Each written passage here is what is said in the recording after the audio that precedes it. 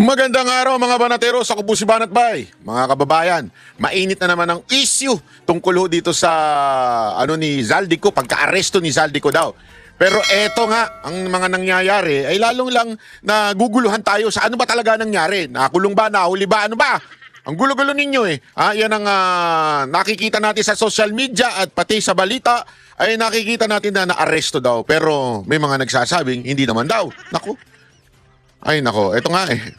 Mismo ang gobyerno ang nagsasabing hawak na siya ng mga otoridad. Pero biglang kumontra ho itong si dating spokes na si Harry Roque at sinasabi niyang hindi raw ito totoo at tinawag pa niyang fake news. As in letter P. De tinawag niya po itong fake news at sabi nga niya si Marcos mismo ang nagpapakalat ng fake news. Ang tanong ng bayan ngayon, sino ba talaga ang totoong nagsasabi? Ha? Si Marcos ba? Si Spokes ba? Si dating Spokes ba? O baka naman yung mga chismoso-chismosa sa kanto? Kasi marami na rin yung nagtatanong sa atin eh. Sabi nila, ano ba talaga Banat Bay? Nakulong ba? Nahuli ba? Naku, yan din ang ating ikikwento ngayon dahil meron tayong sasabihin, unya-unya, para mas maliwanagan tayo sa balitang ito. Kung ganito, kabigat ang issue pero magkasalungat ang lumalabas na pahayag. Lalong dapat maging mapanuri ang publiko dahil kung totoo nga na arestado si Zaldico, napakalaking balita nito. Bakit? Ito siya yung magtuturo kung sino talaga yung kanyang hinahatiran ng pera. Pero kung hindi naman pala, bakit may ganitong klaseng impormasyon na nilalabas? Ano ba talaga ang tunay na nangyayari sa likod ng mga pahayag? At sino ang may interes na kontrolin ang naratibo? Nako? Yan ang hihimayin natin sa vlog na ito, mga kababayan. Alam mo, mga kababayan natin, mga banateros, mga yung mga talagang regular viewers na natin dito, bati-bati naman kayo diyan. Hi kayo at sabihin nyo, anong ginagawa nyo ngayon? Asan kayo? Para makita ko kung sino-sinong nakakapanood ng ating video. Dahil alam nyo, dami nag-aabang sa ating video patungkol po dito kay Zaldico. At ako, may sarili kong interest dyan. Kasi yan yung nagdemanda sa atin ng 4 na kaso. Kaya kung ako tatanungin nyo, gusto ko hindi lang ho yan mahuli. Dapat ho yan ay maparusahan hanggang kaduluduluhan. Pero ngunit at dapat subalit, nais ko muna siyang magsalita. Yun. Kailangan malaman natin ang katotohanan kung sino pa ang nagmanipula ng budget ng mga nakaraang taon at saan napunta, sino ang mga nangulimbat, sino nakatanggap ng maleta. Dahil siya ho talaga makakapagturo mismo. Dahil siya nagutos doon sa mga ex-security niya na 16 ba yun o 14? 14 na ex-marine at 4 ata ang sundalo. Nakakalimutan ko ng eksaktong bilang. Pero gayon pa man, siya talaga ang nakakaalam nito. Kanino niya hinahatid? Sino nagutos sa kanya na magkaroon ng mga allocation, mga insertion? Sino nga ba ang tunay na salarin at mastermind ng mahiwagang korupsyon ng mga nakaraang budget, di ba? Ako, alam ko kung sino. Kahit sinasabi ni Yorme na hindi si Marcos, ako naniniwala ako si Marcos eh. O, di ba? Kasi maraming nagko-komento dyan tungkol doon sa interview namin kay Isko. Bakit daw hindi namin na binanatan si Isko on the spot. Alam mo, itong mga nagko-komento na ito yung mga sarado isip. Ako naniniwala ako na dapat pakinggan natin. Huwag natin bastusin. Inimbitahan mo, tapos gusto mong bastusin doon sa kahit hupa dilawan o pinklawan niyang inimbitahan natin in-interview, huwag natin bastusin. Hindi naman po tayo ganun di ba? Babanatan natin yung kanilang mga sinabi. Papasinungalingan natin yung kanilang sinabi, pero huwag natin bastusin. Hindi naman po tayo ganun na katulad ng mga vloggers na mga bastos. Itsura pa lang, bastos na, bungi na, kalbo pa, mga ganun, bayot pa. Doon talagang kabastos-bastos yung mga pagbumuka nila. Tayo hindi po tayo ganun dahil una sa lahat, ito po ay SMNI. Ang Vox Populi po ay SMNI at ang SMNI ay nirerespeto ang kanilang freedom of speech, demokrasya sa SMNI. Iniimbitahan kahit sino. Nagkataon lang ito lang yung dalawang may bayag na humarap sa atin si Tiangco at si pangalan nito si Isko. Actually ako gusto kong susunod na maimbitahan natin si Irice. Kasi gusto rin natin marinig mula sa isang pure dilawan. Dilawan nung kasi si Irice talaga. Gusto niya maging pangulo sa susunod, si Barroas Gusto ko siya maimbitahan at matanong talaga, ano. Pero, again, hindi ko natin babastusin. Kasi demokrasya tayo. Tayo nasa isang bansang demokrasya. Yan ang ating pinaglalaban. Nagagalit nga ho tayo pag ginigipit tayo mga Duterte supporter ng administrasyon na ito. Wag po tayong tumulad doon sa kinaiinisan at kinagagalitan natin. Kasi kung tayo tutulad doon sa kinagagalitan natin, anong klaseng tao tayo? Hipokrito ang tawag doon. Kaya dapat bibigyan natin sila ng kalayaan na magsalita ng kanilang mga nais sabihin, nais himudi ng puwet, pero tayo, magdidisagree tayo. Pero sa kagalang-galang na paraan. Tulad nga ng sinabi natin, nung panahon na nag-interview tayo kay Isko, pasensya na, we beg to disagree that sa tingin talaga namin, si Marcos ang mastermind ng lahat nitong mga katiwalian nito. Kahit sinasabi niya wala pang ebidensya na nagtuturo ngayon. Pero sa tingin namin, meron na. Di ba? Malinaw po yan. Pero again, respect must be in the studio of SMNI. Because SMNI are very professional at hindi po bias na istasyon tulad ng mga bayarang media. Tama? Mali? Tama. Oo. Tapos sinasabi pa ng iba na hindi daw namin napilit si Isko. Ang tanga-tanga nyo naman. Pa tayo pipilitin yung tao kung ayaw niya? Hindi po tayo ganun. Kasi ganun kayo eh. Ganun yung mga pinklawan, mga tanso eh. Pipilitin nila as in gusto nilang manakit. Pag hindi nila napilit, kakansilin nila o kaya sasaktan nila. Hindi kami ganun. Kami ho'y mga sibilisadong mga tao. Lalo na po, at nasa istasyon kami ng SMNI. Alam nyo naman, napaka-professional yung mga yan. At sa katunayan, pagdating po dyan, hindi nga po kami nagbumura. Hopefully. Dahil nga po, yan ay napaka-professional. Diba? Hindi natin pwedeng gawin yan doon sa istasyon. Pero tayo, sa mga vlog natin, pwede.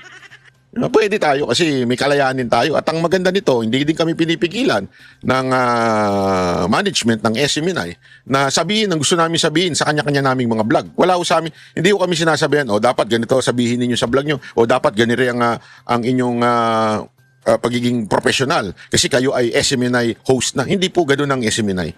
Alam mo, ang SMNI ako talagang hanga ako sa respeto nila sa freedom of speech. Sobra. Kaming mga host mismo, malaya kaming sabihin ang gusto namin sabihin doon sa istasyon as long as we will not use, tawag dito, yung mga mura-mura. It's because nasa ano pa rin po sila, nasa cable channel pa rin po sila. So may mga nakakapanood pa rin mga bata. So hindi dapat kami magmura doon sa ano na yan. Dito sa aming sarili, hindi nila kami pinakikialaman. Kaya napaka taas ng tingin ko sa SMNI sa pagrerespeto sa freedom of speech. Yan po talaga ang isang bagay na kanilang pinanghahawakan. Kaya nga tulad doon ngayon, di ba? Kanya-kanyang haka-haka, talaga bang nakulong si Zaldico? Maraming nagsasabing oo, nakulong. Maraming nagsasabing hindi nakulong, fake news. Yan ang ating pag-uusapan ngayon. At ating ipapaliwanag ang ating opinion at ang ating saloobin at ang ating palagay kung totoo po bang nakulong si Zaldico o hindi. Nahuli po ba talaga siya o fake news? Na tulad na sinasabi ni former spokesperson Harry Roque, di ba? Ano po ba talaga ang tunay na nangyari? At yan ang ating ilalabas dito sa Banat Bay. Dahil dito sa Banat Bay, ipapaliwanag sa inyo sa lingwaheng mauunawaan at maiintindihan ninyo mga kababayan.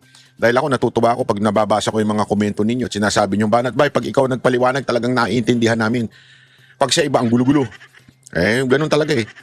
Hindi kasi yung iba mahilig lang gumamit ng high polluting words o yung mga para lang masabi mong matalino kasi English spokening to Hindi ho yun ang intensyon ng Banat Bay. Si Banat Bay po ang intensyon, maintindihan ninyo.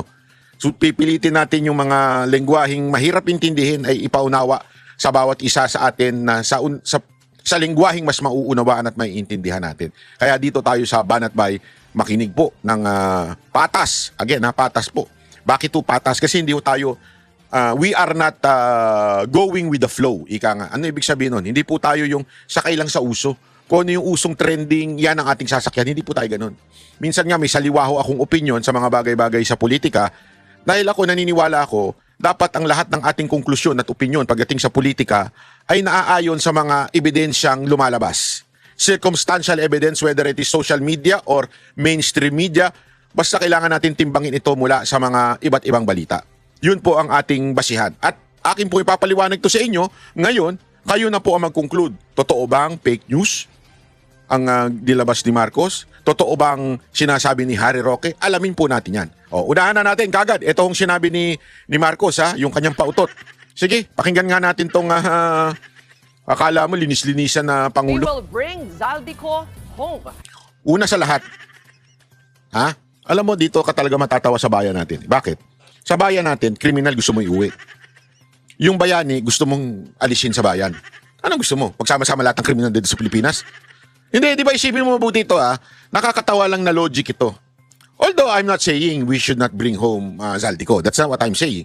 Pero if you would see the hand of God, the logic, the irony of what's happening, mantakin mo, etong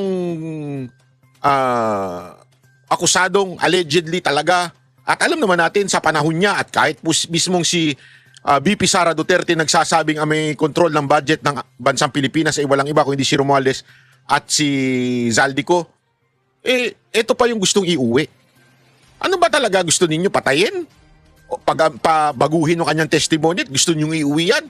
Kasi yung dapat niya i-bring home nyo ay yung dating Pangulo na siyang nag-ayos ng bayan natin. Kung talagang tunay kayong mga makabayan at para sa bayan, doon kayo dapat sa nag-ayos ng ating bayan. Walang iba kundi si Pangulong Duterte. Pagbalibaligtarin nyo na ang kasaysayan, alam ng lahat ng Pilipino na si Pangulong Duterte yung umayos ng bansa natin. Yan ang isang bagay na hindi mapapagkaila ng kahit sino man. Whether you are a Duterte supporter, whether you are a Leni Robredo supporter, whether you are a non-political person, alam ng lahat ng tao na panahon ni Pangulong Duterte, umayos ang ating bayan. Hindi man ito perpekto, ngunit umayos ito. Alam ng lahat ng tao yan. Hindi lang nakakalam niya mga bayarang tanso at saka yung mga bayarang media. Kasi nakatapal sa mga mata nila at tenga nila yung libu-libu na galing sa flood control project. Kaya nga sa totoo lang, this is hypocrisy in our nation. Galit na galit ang tao sa flood control project. Galit na galit ang mainstream media sa flood control project. Pero yun naman ang binabayad sa kanila. Di ba? Hypocrisy. Sa bagay, panahon pa lang ni Kristo, napakarami ng hipokrito Ngayon pa kaya. Di ba? Pakinggan natin ito yung bringing home ni Marcos. Yan po ang mariing pagtitiyak ni Pangulong Bongbong Marcos sa inilabas niyang video message tungkol sa pagpapauwi sa dating kongresista. Para sa iba pang detalye live, mula sa Malacanang may expert report si Maricel Halili Mase. Nasaan na daw ba itong siko base dito sa impormasyon mula sa Pangulo? Ruth, base nga doon sa inilabas na video message ni Pangulong Bongbong Marcos na nanatiling hawak ng mga otoridad sa Czech Republic ang pugante at dating Ako Bicol Party List representative na si Zaldico. Pero gaya nga ng sinabi mo, tiniyak ni Pangulong Bongbong Marcos na iuuwi dito sa Pilipinas etong si Zaldico at sisiguraduhin daw nilang papapanagutin ito sa mga ginawa niya sa mga Pilipino. Base dito sa video message na inilabas kanina lamang umaga ni PBBM, sinabi niya na inutusan na niya ang Department of Justice at ang Department of Foreign Affairs para pangunahan ang pakikipag-ugnayan sa Czech Republic nang sa gayon ay matutukan ng husto ang kasong ito ni Zaldico. Magpapadala rin umano sila ng high-level coordination team na magbabantay sa kasong ito ni Zaldico. Pakinggan natin yung bahagi ng pahayag ni Pangulong Marcos. Ang ganitong mga proseso ay may sinusunod na mga legal na hakbang sa pagitan ng mga bansa. Kaya't nangangailangan na sapat na panahon upang maisagawa ng tama. We will bring Zaldico home and we will do so in accordance with the law. He will answer to the Filipino people.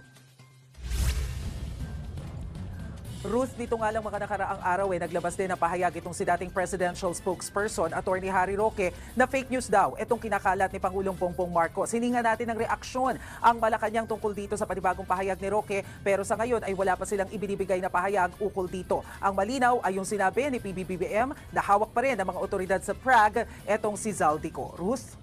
Basta unahin ko lang muna yung sinasabi mo na hiningan nyo ng pahayag tungkol doon sa sinasabi ni dating Secretary Roque na fake news, pero may sinabi ba ang Malacanang, bakit ni picture man lang o anumang parang senyalis or pagpapakita na nandun nga talaga si Ko, bakit wala? Yun na nga di ba? Yan nga yung, ako, honestly, nung una ko napakinggan yung sinabi ni Roque na fake news, wala siyang binigay na na evidence to back up his claim na fake news. Pero iba yung interview niya kasi sa SMNI. Doon, binigay niya na yung ebidensya. Mamaya, papakinggan natin yan. Pero dito, may nag-aakusang hindi totoo. May nag-aakusang fake news. Ang dali naman suplakin yan. Maglabas lang ng picture. Diba? Kasi, don't tell me, hindi pwede.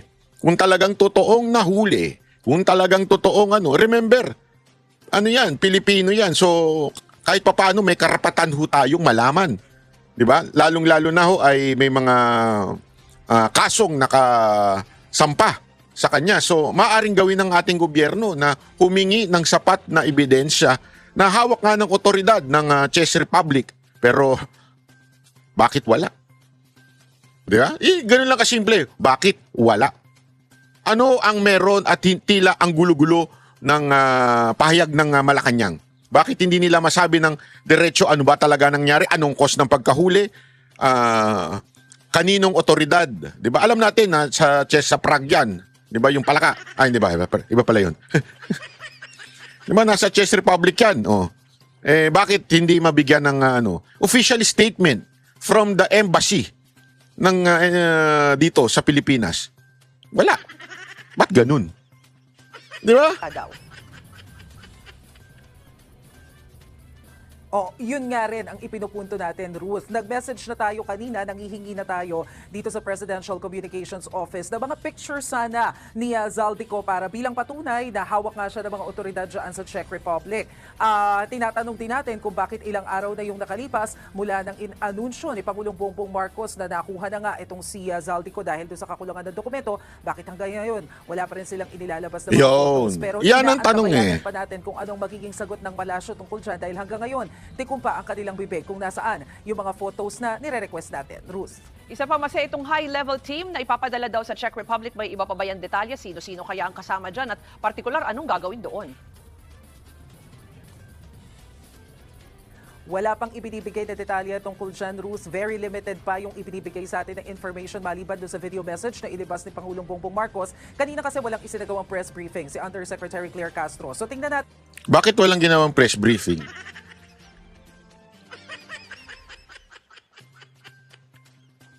Malamang, magmumukha na naman siyang tanga. Kasi hindi na niya alam kung paano niya papalusutan ito. Feeling ko nasunog ito eh. Nasunog itong impormasyon na ito, dumating sa presidente, yung presidente sabik na sabik i-report para masabing may ginagawa tungkol dito sa issue ng korupsyon. Sabik na sabik siya, bigla niyang inilabas, tapos hindi pala totoo. Kaya tuloy, ngayon, ang dami na nilang palusot kaysa sasabihin nila, mga ilang buwan pa yan bago may uwi, gagawin namin ang lahat ng paraan pero it will take time because of diplomacy. Lahat ng palusot gagawin nila. Tingnan ninyo, watch. Kaya nga ngayon, tingnan nyo, hindi nag-press briefing yung pinakatangang opisyal sa Pilipinas. Bakit? Kasi magmumukha na naman siyang tanga. Mahina na nga kokote, tanga na nga na logic, magmumukha pa siya lalong tanga dito sa fake news di umano na sinasabi ni Harry Roque, di ba? Oras na makita natin siya, baka makakuha tayo ng additional details. Ruth. Yan po ang Express Report ni Maricel Halili live mula sa Malacanang. Eto pakinggan nyo itong bagong balita nito. Wait lang. Ito. Kasi importante rin ito na maunawaan eh. Ito. Posibleng hindi naman umano nakadetain si Zaldico sa Czech Ayan. Republic. Ayon naman yan sa dating kaalyado ni Ko na si Ako Bicol Party List Representative Congressman Alfredo Garbi. Ayan, pinapakinggan natin ngayon lahat ng angle. Pinapakinggan natin ngayon this time itong kakampi niya. Ito mismo yung kakampi niya, kagrupo niya, kasamahan niya doon sa Ako Bicol Party List. Ano sinasabi? Nahuli ba siya o hindi? Confirm ba? Ano ba talaga? Explain! I was able to reach out po sa pinakamalapit at sa pinakapamilya. Ang sagot lang nila sa akin at everything is okay. Meaning, siguro, hindi nakadetain. Maniniwala lang po ako kung galing na mismo sa ating mga otoridad based on official news report that the Ministry of Justice of Czech Republic, sila mismo nagsasabi na kahit sila walang impormasyon at nag-aantay pa sila ng official report ng kanilang mga pulis. Ayon kay Garbi, nagpadala na raw ng mga tao ang kanilang partido sa Prague para makipag-usap sa mga otoridad doon. Pero wala namang ibigay na impormasyon ang Czech authority sa kanila sa sitwasyon ni Zaldico. Pero sabi ni PNP Chief General Jose Nartates, may kumpirmasyon na ng pagkakaaresto sa pugante mula sa tinatawag niyang official channels. Samantala, mas kinababahala raw ngayon ni Congressman Garbi ng usapin na umano'y Portuguese passport ni Ko. Hindi raw kasi ito katanggap-tanggap sa mga taga-Bicol. Kami rin dito sa Bicol region, tinatanong bakit daw bumoto sila sa isang Portuguese. Sabi ko, hindi yan puro kapanipaniwala. Namamanghari no kami dahil dalawang termino. Sa pangatlong termino niya na to, at talagang bawal na that is a ground for disqualification. Until now, wala akong may sagot sa aming mga constituents. Kasi kung kung Portuguese passport holder siya, walang rason na madidetain siya doon sa Europa. Mga kapatid, Ruth Cabalco para sa mabilis na Galit ka? Galit? ayun na nga. So, ultimong kanyang kasamahan, meron daw nakausap, nakamag-anak. Actually, pinakinggan ko yung buong interview na yan at yung nakausap daw niya kamag-anak ay sinasabi talagang hindi totoo. Hindi daw totoo na ang sinasabi ay safety daw. Okay naman daw, walang problema kay Zaldico. Kaya importanteng maunawaan natin ito, mga kababayan Kasi ano ba talaga? Kasi magulo 'di ba? Magulo. Let's really settle the news. Ito pa. Paliwanag naman ng isang legal expert. Bago natin pakinggan ito sinasabi ni Spokes Harry. Paano nga ba mapapauwi sa bansa si dating Congressman Zaldico? Live mula sa TV5 Media Center din, nangunguna sa balita si News 5 anchor Cheryl Cosim. Cheryl, may nakausap kang international law expert kanina sa One Balita Pilipinas, sa 1PH. Anong tingin niya sa usaping ito? Jiggy, nakausap natin kanina sa One Balita Pilipinas ang international law expert na si Attorney Ralph Sarmiento. Una sa lahat, binigyan din niya na kailangang linawin muna kung ano talaga yung dahilan ng pagkakakustodiya ni dating Congressman Zaldico sa Czech Republic. Kasi sa ngayon, Jiggy, kapansin-pansin na kulang pa sa detalye ang mga impormasyon mula sa pamahalaan at wala ring nailalabas na visual proof na talagang nakadetain siya. Ayon kay Attorney Sarmiento, kung ito ay isang border o immigration issue, nasa saklaw ito ng mga otoridad ng Czech Republic. Ibig sabihin, pwede ma-deport siya pero hindi ito automatic o garantiyado. At mahalaga, hindi rin siya basta-basta maipapauwi sa pamamagitan ng extradition. Kasi wala tayong extradition treaty sa Czech Republic. Pakinggan natin si Attorney Sarmiento. So hindi tayo pwede mag-request ng extradition. Or kung magre-request naman tayo ng extradition, it will be denied, but prerogative din ng Czech Republic na mag-deport ng tao. So it will be subject to a diplomatic negotiation between the two states. At Cheryl, kung hindi siguradong may papadeport si Zaldico at hindi rin siya pwedeng extradite, ay anong nakikita ni Attorney Sarmiento na paraan para siya ay mapauwi? Jiggy, ang pinakamalinaw na punto ni Attorney Sarmiento, ang pinakamabilis at pinaka-epektibong paraan ay diplomatic channels. Ibig sabihin, makikipag-usap ang Pilipinas sa Czech Republic government. Ipaliliwanag na may kaso si Zaldico sa Pilipinas, isa na siyang fugitive at kansilado na yung kanyang pasaporte. At mula rito, maaaring hilingin ng Pilipinas na i-hold muna siya at huwag paalisin habang inaayos ang kanyang pagbabalik sa bansa. Pakinggan natin si Attorney Sarmiento. At this point, I think yung diplomatic negotiation lang talaga yung pinaka-fastest and most effective na route or remedy na pwedeng i-take ng Philippine government. At yung red notice, Interpol red notice laban kay Zaldico ay inaantay, malaki bang may Mas lalong gumulo, no? Di ba? Kasi, ito nga yung sinasabi. Tapos sasabihin ng iba, bakit ba kasi hindi kayo makapag-intay? Ibalik ko sa inyo yung tanong. Bakit kasi di makapag-antay yung presidente, announce nang walang details? Alam mo namang atat na atat ang mga Pilipino panagutin yung may sala. Tapos announce, nagbibida-bida na naman. Ang ilag bida-bida nitong Bongbong Marcos na to Bida-bida siya, nakala mo merong gagawin sa pagdating sa korupsyon. Pero ano nangyayari? Wala! Nga tayo mga Pilipino. Hindi makapakita ano ba talaga ang system, ano nangyari. Meron ba talaga o wala? Di ba? O pakinggan na natin ito. Si Spokes, Harry. Mar at MJ at magandang gabi Pilipinas. Opo, after nung magbanggit po ni President Bongbong Marcos Jr. na nahuli na raw itong si dating Congressman Zaldico, meron din po kayong mga post. Pakipaliwanag po, ano po talaga, nasaan po kaya si dating Congressman Zaldico? Siya ba'y nasa kamay ng batas, kamay ng otoridad sa kasalukuyan dyan sa Czech Republic? Sige na nga po, dahil ito namang SMNI ay aking istasyon din. Yon. Ang kumpirmasyon po na hindi siya nakakulong ay nanggaling mismo kay Zaldico. Oy! Sa kauna-unang pagkakataon, yan po ay galing mismo kay Zaldico. Naku po! Hindi siya nakakulong. Kaya Nako! nga, buong buo ko sinasabi, nagpapakalat ng fake news ang presidente. Ano daw? Si Zaldico daw mismo ang nagsabi na hindi siya nakakulong. Naku, napaka-importanting impormasyon nito. Pasabog ito Matinding pasabog ito. Spokes Hindi kasi siya naman talaga makakapag-confirm. Wala nang iba. Kundi si Zaldico mismo makakapagsabi, ako ba nakulong o hindi? Wala nang iba makakapagsabi niya kung hindi siya. Tama, mali? O na, sinasabi na ni Spokes.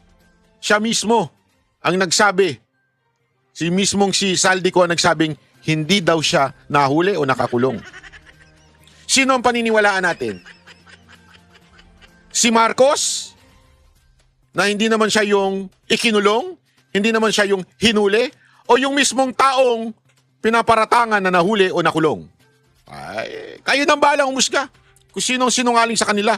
Now, pero bago pa tayo makakuha ng kumpirmasyon kay Zaldico, tayo naman ay nagkaroon na rin ng karanasan dito sa Europa. No? Kung maalala nyo, yung panahon na ako ay sapilitan na pinapadala dito sa Vienna, Austria, at ako naman ay merong medical certificate galing sa dalawang doktor na I was unfit to fly. Tinanong ako ng piloto ng eroplano kung gusto ko ba lumipad. Sabi ko hindi dahil sa sinabi ng doktor ko. Nung ako po'y pinababa sa eroplano, pinaantay po ako hanggang dumating ang piskal. Dahil ang sistema dito sa Europa, bago ka ma-aresto, kinakailangan iharap ka muna sa piskal at ang piskal ang magdidesisyon kung kakasuhan ka. Kapag ikaw ang kinasuhan, doon ka pa lang aarestuhin. So, hindi ko talaga alam kung ano ang pangyayari kay Zaldico, pero nakakuha ng kumpirmasyon galing sa pulis na hindi inaresto, hindi in custody, hindi dinetain si Zaldico, kung hindi, he was subjected to law enforcement incident. So para po yung nangyari sa akin, na habang nag-aantay ng piskal, ang desisyon kung ako'y sasampahan ng kaso o hindi, nag-aantay lang kami. Pare-pareho nag-aantay sa pagdating ng piskal. Pero So nasunog? Sa aking kaso, wala namang isang oras, dumating ang piskal, at nakita naman niya na wala talagang kaso, pinawalan din ako. At sa tingin ko, ganyan din ang nangyari kay Zaldico. No? Yung sa akin nga mas matindi, dahil ang sabi ng immigration authorities, di daw ako sumunod dun sa dapat na lumipat na ako sa Austria. Ang sabi ko, sumunod ako, sumakay ako ng eroplano. Kaya lang, tinanong ako ng kapitan kung gusto ko lumipad at hindi. Sabi ko, hindi ko gusto dahil meron akong 2 medical certificate. At dahil doon, hindi ako kinasuhan because supportado yan ng 2 medical certificate. So, ang aking basihan kung bakit ko sinasabing fake news, impormasyon na galing mismo kay Zaldico at yung aking personal na karanasan at yung aking sariling pagtatatawag sa pulis, sa Prague, sa Brno, kung nasaan si Zaldico. At syempre, kasama ko rin dyan yung vlogger na si Maharlika na siya naman nagbigay sa akin ng mga possible places kung saan na nakadetina si Zaldico. At lumabas nga na merong pagtatanong na nangyari, pero wala pong in custody, walang detention, walang arrest. Kung bakit hindi siya na-aresto, hindi siya na-detain, hindi siya under custody, well, hindi ko po alam. Sa aking personal na kalagayan, dahil ako po ay asylum seeker, hindi ako po pwede ma-extradite pabalik ng Pilipinas nang hindi tapos ang proseso ko. No? Hindi ko lang po alam kung ano ang naging dahilan sa kaso ni Zaldico. Pero, nanggaling na po sa Czech police, wala pong in custody, walang in detention, walang arrest. Opo, sa tingin niyo po, paano kaya ito nalaman, yung information na yon na nasita siguro, yung tamang term, itong si dating Congressman Zaldico dito sa gobyerno natin sa Pilipinas, particularly kay President Bongbong Marcos? Well, may mga nakalap na impormasyon naman ng isang mainstream media, no, na di umano ay nagbabakasyon kasama kanyang pamilya. No? Hindi ko alam kung totoo yan. Pero kung nakakalap ng ganyang impormasyon ng isang mamamahayag, siguro naman ang gobyerno na meron silang bilyong-bilyong intelligence funds ay makakakuha rin ng ganyang impormasyon. Ang nakapagtataka lang at ang tingin ko it was intentional kung bakit nagpakalat ng ganyang fake news ang presidente mismo pa. Presidente si mismo? naman, alam natin talaga nagkakalat ng fake news. Bakit hindi nilang binayaan kay Auntie Claire? Nung una, atat lang talaga si Bongbong Marcos dahil talagang si Zaldico lang ang nagsasabi na siya talaga ang mastermind. No? Yung mga po pwede magbigay ng kolaborasyon, yung 18 Marines nagsalita na, yung Amina hindi nagsasalita, yung maglolong Bersamin hindi nagsasalita, ang Tambaluslos hindi pa nagsasalita. No? So ang buong akala ko, atat lang talaga siya mahawakan itong si Zaldi siguro para pabaliktarin o di naman kaya para guturin. Pero ngayon, meron kasing mas malaking balita na hindi pala sinisiwalat sa atin. No? At ito yung pamimigay na naman ng ating presidente ng 4,000 acres, mahigit kumulang 1,400 hectares para gamitin ng mga Amerikano bilang isang special economic zone. Ang nakapagtataka, bakit 2 taon lamang? At saka bakit yung mga magtatrabaho rin ng mga Amerikano ang meron diplomatic immunity? Ngayon, alam naman natin merong gera nangyayari. No?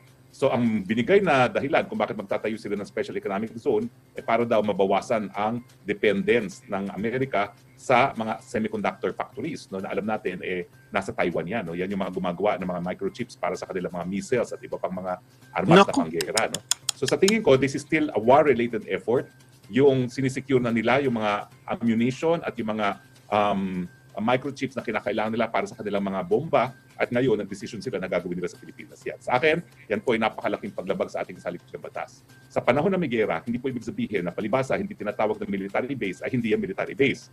Ang definisyon sa batas sa umiiraw pag mayroong digmaan, international humanitarian law, sa isang military object ay, I will quote, no, by its very nature, object or purpose contributes to the war effort. So, maski yan po ay gagamitin lamang para sa microchips ng mga missiles ng mga Amerikano, yan po contributes to the war effort, and that means it forms part and parcel of the war itself. No? Kaya nga po sinasabi ko na baka linilihis lang ang issue dahil itong issue nitong dapat pag-usapan.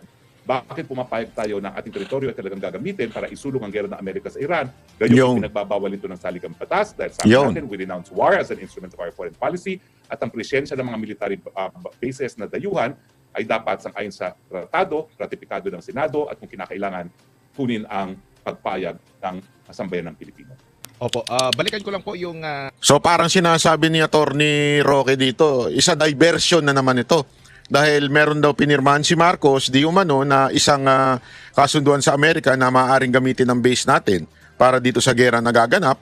At dahil daw, di umano, sabi ni Attorney Roque, para hindi masyado mapansin ito, ginamit to itong issue na kay Zaldico para may mailabas na iba. Alam mo, sa totoo lang ito yung isang bagay na nagiging pattern na ho dito kay BBM. Sa gobyerno ni BBM. Pattern na ho ito. Yeah? O yung kita mo nga yung yung ultimong issue ng korupsyon dahil nga maraming naghahanap ng may kukulong. Ngayon, kinasuhan na si Chis Escudero, di ba? At saka Kuno. Kuno. Ibig sabihin, ang talagang balita natin, ang ipupush lang si Chis Escudero, hindi si Romualdez. Pero siyempre, hindi naman maganda kung ang kakasuhan lang ay si Chis Escudero, di ba? Kasi he is perceived as a minority. Ibig sabihin, wala siya sa kampo ng mga Marcos at nasa kampo siya ng mga kasama niya, mga Duterte. Kaya, siya talaga ang pinupuntirya, isinama lang kunwari si Romualdez. Pero ang balita natin, si Romualdez agad-agad na hindi mahahanapan ng probable cause o probability of conviction at si Chis Escudero lang ang maididiin. Ganyan si Bongbong Marcos gumawa ng diversion. Mahilig siya sa diversion. Yan ang katotohanan, mga kababayan. Etong si Bongbong Marcos ang hilig sa diversion. 'Di ba? Ito na isa to. Isa ito sa diversion niya para doon sa alleged na pinirmahan daw, di umano, sabi ni Roque, na kasunduan sa Amerika na payagang gamitin ang mga EDCA sites para sa gera ng Amerika. Naku po, patay tayo dyan. Ito yung napakalungkot na kung iisipin mo, napakalungkot nitong ganitong klaseng pangyayari dahil alam mo na, tayo po ay bayan sana na independent, pero tila hindi tayo independent dahil sa mga pangyayaring ginagawa ni Marcos, di ba? Pero wala tayong choice binoto nyo yan Di ba? Tuloy natin. Naging pahayag ng Pangulong Bongbong Marcos ukol nga po dito kay dating Congressman Zaldico. Kasi meron pong post itong si Congressman Leandro Leviste. Basahin ko lang po, attorney. Ang sabi niya kasi rito, hindi dapat si BBM ang mag-report sa pag-aresto kay Zaldi. Bawat siya mismo ang itinuro ni Zaldi bilang mastermind ng flood control. Paano kaya wala ng proseso kung ang akusado ang nagpaparesto sa nag-aakusa? Yun. That is a perfect, paano? Kung ang nag-aakusa mismo, ang nanghuli sa nang-aakusa ay yung inaakusahan. Di ba? Dahil ang tama namang dahilan kung bakit, ang tanging dahilan pala kung bakit gigil siya, si Zaldico, si Zaldico bato yung testigo na siya talaga mastermind. Pagdating dito sa korupsyon, lalong-lalo na sa flood control projects. At tama naman si Leandro Leviste, sino ka para mag-akusa, samantalang ikaw nga yung naakusahan na ikaw ang mastermind.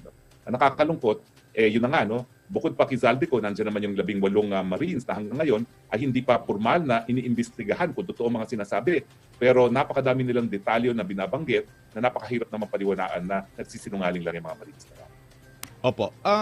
So, ibig sabihin po, fake news ang inihayag ng Pangulo at kung fake news ito, siya po ba'y papanagutin ng Palasyo ng Malacanang kasi meron silang drive ngayon, anti-fake news. Yung tanong mo naman, Admar. So, si Admar din, no? Pananagutin daw ba ng Palasyo yung presidente?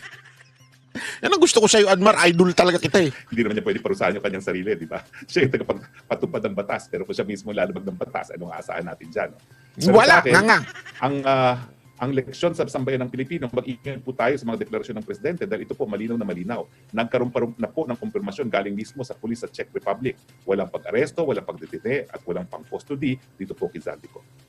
Opo. At after nito kung mapapatunayan ano kaya ang magiging nito attorney, kasi for sure sasabihin nila meron yan silang mga insist. Actually doon kanina sa balita naghahanda na rin yung PNP raw sa papauwi dito, and hindi rin natin narinig ata itong DFA na meron pong kumpirmasyon mismo, para more on sa side ng gobyerno ng Pilipinas. Ganito po ba ang kalakaran if may isang Filipino citizen sa ibang bansa na merong pagkakasala or merong nagawang mali, na aresto po? Ganito po ba na parang sa side lang yan natin? Wala tayong naririnig na sa side mismo ng pinaka-ahensya at saka yung sa mismong sa bansa kung saan ito na nahuli? Unlike doon kay dating congressman din na Arnie Teves. Alam mo, ayon sa Vienna Convention on Consular Relations, obligasyon ng Czech Republic na ipagbigay alam sa gobyerno ng Pilipinas na naaresto si Zaldico kung totoong inaresto siya. Kasi kapag hindi yan pinagbigay alam sa atin, ayon sa desisyon ng International Court of Justice sa kaso ng Inre Avena, hindi po pwedeng maging legal ang proseso na gagawin sa isang dayuhan, sa isang dayuhang bayan kung hindi nabigyan ng notice ang kanilang consular office. No? So baliktad. Ang dapat, ang Czech government mismo ang magbibigay abiso sa Pilipinas na arestado si Zaldico dahil obligasyon na yan sang-ayon sa tratado ng Consular Ay, bakit di nagbibigay? Pero ito, bakit? Wala nang sinasabing ganun ang Czech government. Bakit? Patunay talaga na fake news sila. Dahil Yan!